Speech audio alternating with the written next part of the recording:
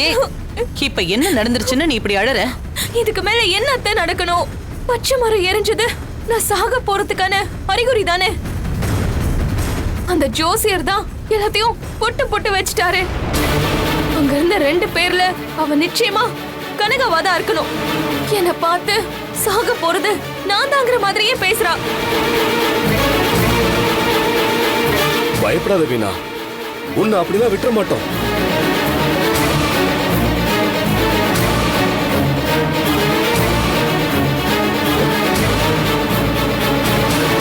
உன்கிட்ட கண்ணு இருக்குல்ல, அதோட இதையும் சேர்த்து வச்சுக்க.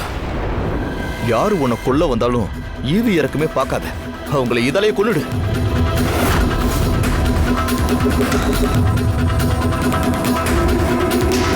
என்னங்க ஏங்க எதுவுமே பேசாம இருக்கீங்க? நீங்களும் ஏதாவது சொன்னதானே இவ தைரியமா இருப்பா. வீணா சொல்றது எல்லாமே சரிதான். பச்சை மரம் எரிஞ்சது, ஜோசியர் சொன்னது, இது எல்லாமே வீணாவை தான் குறிக்கும்னு நினைக்கிறேன்.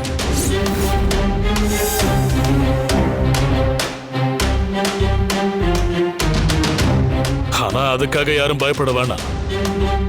வீணாவை காப்பாத்துறதுக்காகத்தானே நாம மாயாவை அழைச்சிட்டு வந்திருக்கோம்.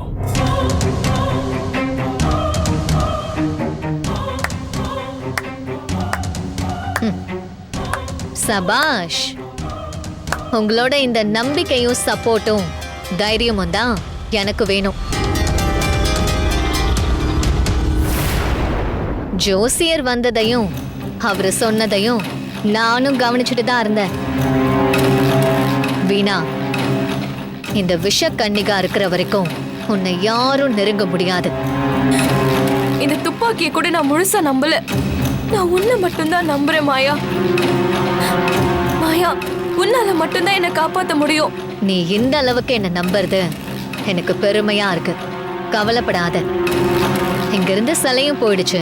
எனக்கு இருந்த ஒரே ஒரு இடைஞ்சலும் அந்த சிலை தான். அதுவும் போயிட்டதால இனிமேதான் நான் இறங்கி அடிக்க போறேன்.